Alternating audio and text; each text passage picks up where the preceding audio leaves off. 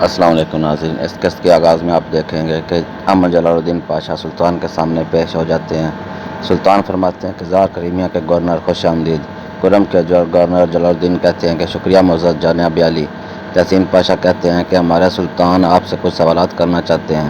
آپ روسی زار سے استثناء میں ہیں۔ اگر آپ نے اس سوال کا جواب دیا اور آپ جواب دیتے ہیں، اگر آپ جواب نہیں بھی دیتے تو آپ کو یقین ہونا چاہیے کہ آپ کا جرم ثابت ہو جاتا ہے تو آپ کو سزا نہیں دی جائے گی۔ سلطان فرماتے ہیں کہ یعنی آپ کو جھوٹ بولنے کی ضرورت نہیں ہے۔ احمد جلال الدین کہتے ہیں کہ میں سن رہا ہوں۔ پھر سلطان محمود پاشا کو کہتے ہیں کہ یہ چیز انہیں دے دیں۔ محمود پاشا وہ بیج دکھاتے ہیں اور کہتے ہیں کہ یہ ظاہر کرتا ہے کہ آپ کا تعلق اس عہدے سے رہا ہے۔ احمد جلال الدین پاشا بیج کو دیکھ لیتے ہیں۔ پھر سلطان پوچھتے ہیں کہ اس بیج کو تصدوق افندی ہمارے پاس لے کر آئے، یہ انہیں وہاں سے ملا جہاں انجینئر حیرت الدین افندی کی موت ہوئی۔ کہ آپ کے پاس کوئی وجاہت ہے؟ جلال الدین کہتے ہیں کہ کوئی وجاہت نہیں ہے، اس کی کوئی وضاحت دیجیے۔ جلال الدین کہتے ہیں کوئی وضاحت نہیں ہے۔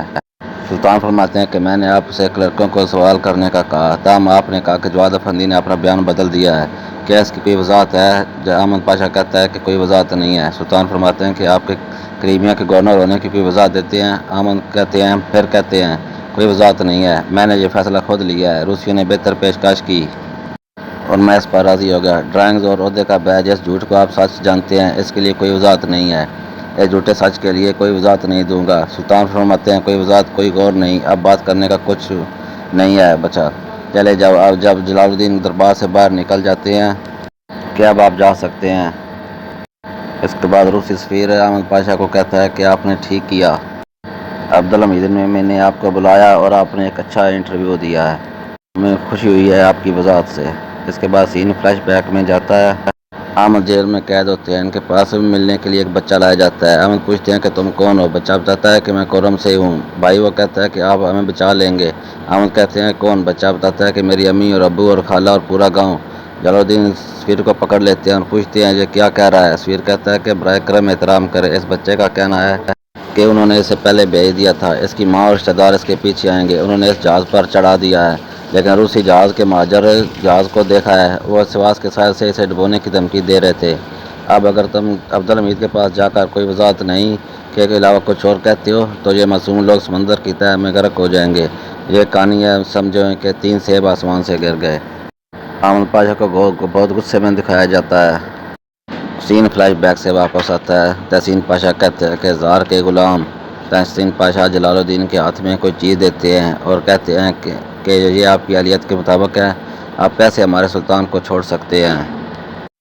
سب کچھ کھونے کے بعد دنیا ہے، ٹھیک ہے، لیکن ایک قابل اعتماد دوست کو دھوکہ دینا درست بات نہیں ہے۔ کیا شخص نے ان کے دن رات کو دن میں تبدیل نہیں کیا ہے؟ دوسری طرف عثمان کو تاجر ہوٹل میں کہتا ہے بھائی مجھے جانا ہے، آپ مجھے جانے سے نہیں روک سکتے ہیں۔ عثمان کہتا ہے کہ ابھی نہیں، آپ جا کر بیٹھ جائیے، جب چچا آئیں گے تو ان سے پوچھ کر ایسا کام ہوگا۔ تاجر کہتا ہے کہ مجھے چچا کا نہیں پتہ کہ اس کے بارے میں گفتگو کروں گا۔ عثمان کہتا ہے کہ سکون سے رہیں اور اپنے کمرے میں جا کر بیٹھ جائیں، آپ کو خالد کی بات ماننا ہوگی۔ تاجر کہتا ہے کون ہے؟ تم کون ہو؟ میں نہیں جانتا۔ عثمان کہتا ہے کہ بھائی آپ اپنے کمرے میں جائیں۔ جب تاجر بات نہیں مانتا تو عثمان اسے تھپڑ مارنے لگتا ہے۔ تو اتنے میں خلیل وہاں آ جاتے ہیں۔ وہ کہتا ہے کہ آدمی کو جانے دو، کیا مسئلہ ہے؟ عثمان کہتا ہے کہ یہ باہر جانا چاہتا ہے۔ تاجر کہتا ہے کہ میرا جانا ضروری ہے۔ خلیل خالد کہتے ہیں آصف اور عثمان آپ کے ساتھ جائیں گے، آپ جہاں جانا چاہیں یہ آپ کو وہاں بحفاظت لے کر جائیں گے۔ تاجر کہتا ہے کہ میرے 2 اور دوست بھی ہیں، ہمارے ساتھ جائیں گے۔ خلیل کہتے ہیں ٹھیک ہے، آپ تیار ہو جائیں۔ خلیل خالد کہتا ہے کہ ٹھیک ہے، آپ تیار ہو جائیں، ہمارے اور بھی آدمی آپ کے ساتھ جائیں گے آپ کی حفاظت کے لیے۔ دوسری طرف لارس بندوق تانے بگی میں بیٹھا ہوتا ہے اور کہتا ہے کہ یہ سب انہوں نے ایک ساتھ کر لیا ہے کہ یہ ہوٹل ہے۔ جورس بتاتا ہے کہ کون ہو، ان کی حفاظت کون کرتا ہے؟ جورس کہتا ہے کہ اس کی طرف میں ایک بھی دفتر نہیں ہے، شاید اندر کوئی دفتر ہو۔ پھر جورس گریو کو کہتے ہیں کہ کیا ایسا ہو سکتا ہے کہ تم ہوٹل میں جا کر دیکھ لو۔ اتنے میں جورس دیکھتے ہیں کہ تاجر باہر نکل رہے ہوتے ہیں۔ جورس اور سلار کو کہتا ہے کہ تم سب کو مار دو۔ لارس نشانہ لینے ہی لگتا ہے تو کہتا ہے کہ خلیل بھی وہیں پر ہے، ان کی حفاظت کر رہا ہے۔ پھر جورس کہتا ہے کہ رکو، گولی مت چلانا، ہم اسے آسانی سے سنبھال سکتے ہیں۔ دوسرے ہوٹل میں ہم استقبالیہ کے وقت اسے حاصل کریں گے۔ دوسری طرف سلطان اپنے دربار کی ونڈو سے احمد پاشا کو دیکھنے کے بعد واپس مڑتے ہیں اور تحسین اور محمود کو بتاتے ہیں کہ احمد پاشا غدار نہیں ہے۔ شکر ہے کہ وہ غدار نہیں ہے۔ محمود پاشا کہتے ہیں کہ لیکن میرے سلطان احمد نے تو خود اعتراف کیا ہے، انہوں نے کوئی وضاحت نہیں دی۔ سلطان فرماتے ہیں کہ جیسا کہ ہم نے ان سے بات کی وہ بھی ہاتھوں میں جاتا ہے اور سین فلیش بیک میں جاتا ہے، اور جہاں احمد پاشا کہتا ہے کہ میں نے اپنا فیصلہ خود کیا ہے، روسیوں نے بہتر پیشکش کی لہٰذا میں راضی ہو گیا۔ پھر وہ اپنی انگلیوں سے کچھ کر رہے ہوتے ہیں۔ سلطان بتاتے ہیں کہ اس نے اپنی انگلیوں سے ہمیں کچھ نمبر دیے ہیں، ہر نمبر ایک حرف کی قیمت ظاہر کرتا ہے، وہ ہمارا سیکرٹ کوڈ ہے، یہ ہمارے درمیان ایک خاص خفیہ معلومات کا ذریعہ ہے۔ احمد پاشا سے کی زبان سے غداری کرائی گئی ہے لیکن ان کے ہاتھوں نے وفاداری کا مظاہرہ کیا ہے، انہوں نے جہاز کو ڈبونے کی دھمکی دی۔ سواس کے وسائل سے دور تحسین کہتا ہے کہ اس لیے انہوں نے آپ کے سوالات کی کوئی وضاحت نہیں کی ہے۔ سلطان فرماتے ہیں ہاں پاشا، ہمیں جہاز پر سوار افراد کو بچانا ہے۔ دوسری طرف ہوٹل کا مینیجر بیان ریکارڈ کروا رہا ہوتا ہے کہ ایک عثمانی جاسوس جس کا نام خلیل خالد ہے وہ آئے تھے اور انہوں نے دروازہ بند کیا۔ جب وہ یہ بیان دے رہا ہوتا ہے تو لارنس اس پر پستول تانے دور سے کھڑا ہوتا ہے۔ مینیجر کہتا ہے کہ اس نے مجھے کہا کہ وہ کارتوک کا مارنے جا رہا ہے اور کسی کو یہ معلوم نہیں ہونا چاہیے کہ یہ خلیل خالد نے کیا ہے۔ روبینہ نے اس کے بیان کو کیمرے کی مدد سے قید کر رہی ہوتی ہے۔ مینیجر کہتا ہے کہ میں ایسا نہیں کر سکتا تھا، میرے ضمیر نے اس بات کی اجازت نہیں دی، جبکہ اسے ایک صحافی مسلسل ٹائپ کر رہا ہوتا ہے۔ مینیجر کہتا ہے کہ میں نے اخبار کو بیان دینے کا فیصلہ کیا کیونکہ یہ ریاست جیل کی طرح ہوتی جا رہی ہے۔ میں نے اس لیے یہ بیان اخبار کو دیا کیونکہ کسی ریاستی ادارے نے ساتھ نہیں دیا۔ جورس عرض کرتا ہے کہ بس رک جاؤ، تم اتنا ہی کافی ہے۔ پھر جورس روبینہ کو کہتا ہے کہ اس تصویر لے لو۔ مینیجر کہتا ہے کہ اب میں جانا چاہتا ہوں، جیسا آپ نے کہا میں نے ویسا کر دیا۔ جورس کہتا ہے کہ چلیں اب اس شریف آدمی کو واپس لے جائیں۔ لارنس پھر جورس کو کہتا ہے روبینہ اس بیان کو فوراً اخبار میں شائع کر دو۔ دوسری طرف جواد پاشا ظالمان کے دفتر میں آتا ہے، وہ پریشانی کے عالم میں کہتا ہے کہ میں کر چکا ہوں۔ ظالمان کہتا ہے کہ ڈرو مت، احمد پاشا کچھ نہیں بولے گا۔ جواد کہتا ہے کہ اسے کوئی فرق نہیں پڑتا، میں نے یہ خود کیا ہے۔ کہتا ہے کہ تم نے کیا کیا ہے؟ جواد بتاتا ہے کہ احمد پاشا کو میں مارنے ہی والا تھا، میں نے اپنا پستول اس پر تان لیا لیکن تحسین پاشا آئے اور مجھے روک دیا۔ وہ سمجھ جائیں گے کہ میں جاسوس ہوں، وہ میرا خاتمہ کر دیں گے۔ اب بتاؤ میں کیا کروں؟ ظالمان کہتا ہے تم بھول جاؤ گے کہ تم نے کیا کیا ہے اور میں دیکھتا ہوں کہ میں کیا تمہاری مدد کر سکتا ہوں۔ اس کے بعد وہ چلا جاتا ہے۔ دوسری طرف جواد پاشا اپنے دفتر میں بیٹھا ہوتا ہے پریشانی کی حالت میں، اتنے میں تحسین پاشا آ جاتے ہیں۔ جواد کھڑے ہو کر تحسین پاشا سے معافی مانگتے ہیں۔ تحسین کہتے ہیں کہ کس چیز کی معافی مانگ رہے ہو بیٹا؟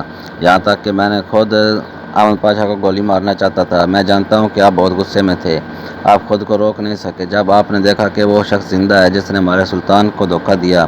جواد افندی کہتا ہے کہ ہاں پاشا، میں خود کو روک نہ سکا لیکن آپ کا شکریہ کہ آپ نے مجھے روک لیا، لیکن میں پھر بھی احمد پاشا کا مقابلہ نہ کر سکا۔ تحسین کہتے ہیں کہ فکر نہ کرو، احمد پاشا دھوکہ نہیں دیا۔ جواد کہتے ہیں کہ کیسے پاشا؟ تحسین بتاتے ہیں کہ آپ بھول گئے، بحریہ کو حکم دو، ایک تارکین وطن کا جہاز بحر اسود میں ہے، اگر انہیں اس کے متعلق خبر ملے تو مجھے اطلاع کریں۔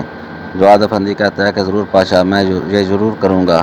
تحسین پاشا کے جانے کے بعد جواد کہتا ہے کہ ایسے آدمی ریاست بنا رہے ہیں جو بہت ہی احمق ہیں۔ دوسری طرف ظالمان سلطان کی گھوڑی کے پاس جاتا ہے اور وہ اسے کھول کر باہر لے آتا ہے اور کہتا ہے کہ یہ وفادار گھوڑا جب آپ چلے جائیں گے تو عبدالحمید کی وفاداری پر یقین رکھنے والا ہر ایک آپ کے ساتھ چلا جائے گا۔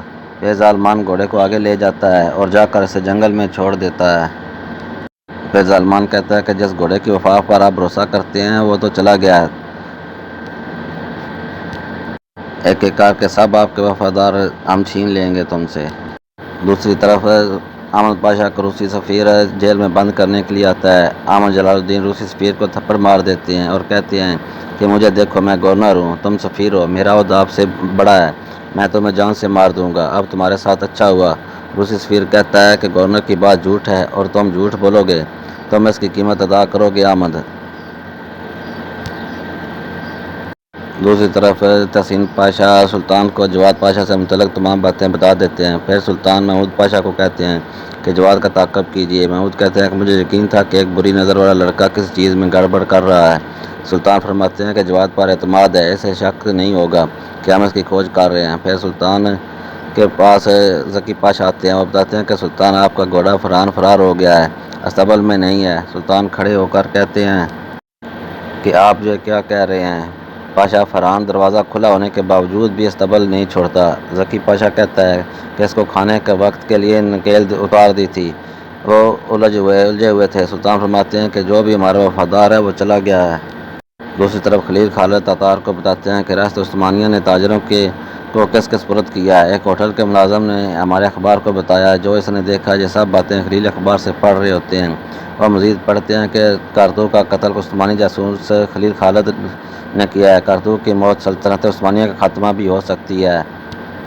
خلیل غصے سے اخبار کو پھینک دیتے ہیں اور کہتے ہیں کہ استقبالیہ والا لڑکا کہاں ہے؟ تاتار بتاتے ہیں کہ میں نے اسے اچھا سمجھایا تھا، وہ لڑکا ایسا کچھ نہیں کرے گا جس سے ریاست مشکل میں آئے۔ خلیل کہتے ہیں اس نے تو کر دیا ہے۔ تاتار پھر خلیل نادر کو کہتے ہیں اور آصف آپ یہیں رکیں گے۔ خلیل تیزی سے اخباری دفتر کی طرف نکل جاتے ہیں۔ دوسری طرف جواد افندی فوٹوگرافر کی دکان میں داخل ہوتے ہیں۔ محمود پاشا اور ان کے کارندے اس کا پیچھا کر رہے ہوتے ہیں۔ محمود کا کارندہ کہتا ہے کہ پاشا یہ تو فوٹوگرافر کی دکان ہے، یہ یہاں کیوں گیا ہے؟ محمود بتاتا ہے کہ بیٹا ظاہر ہے جس سے اس کا رابطہ ہے وہ یہاں سے منسلک ہوگا، اگر وہ اندر سے باہر نہیں آتا تو ہم اندر جائیں گے۔ محمود پاشا وہاں انتظار کر رہے ہوتے ہیں۔ اتنے میں جواد افندی حلیہ تبدیل کر کے باہر نکل جاتا ہے۔ محمود اپنے لڑکوں کو بلاتے ہیں اور کہتے ہیں کہ بیٹا انتظار کرتے ہوئے بہت وقت ہو گیا ہے، چلو پھر اندر چلتے ہیں۔ اس کے بعد محمود پاشا اپنے لڑکوں کے ساتھ فوٹوگرافر کی دکان کے اندر داخل ہو جاتے ہیں۔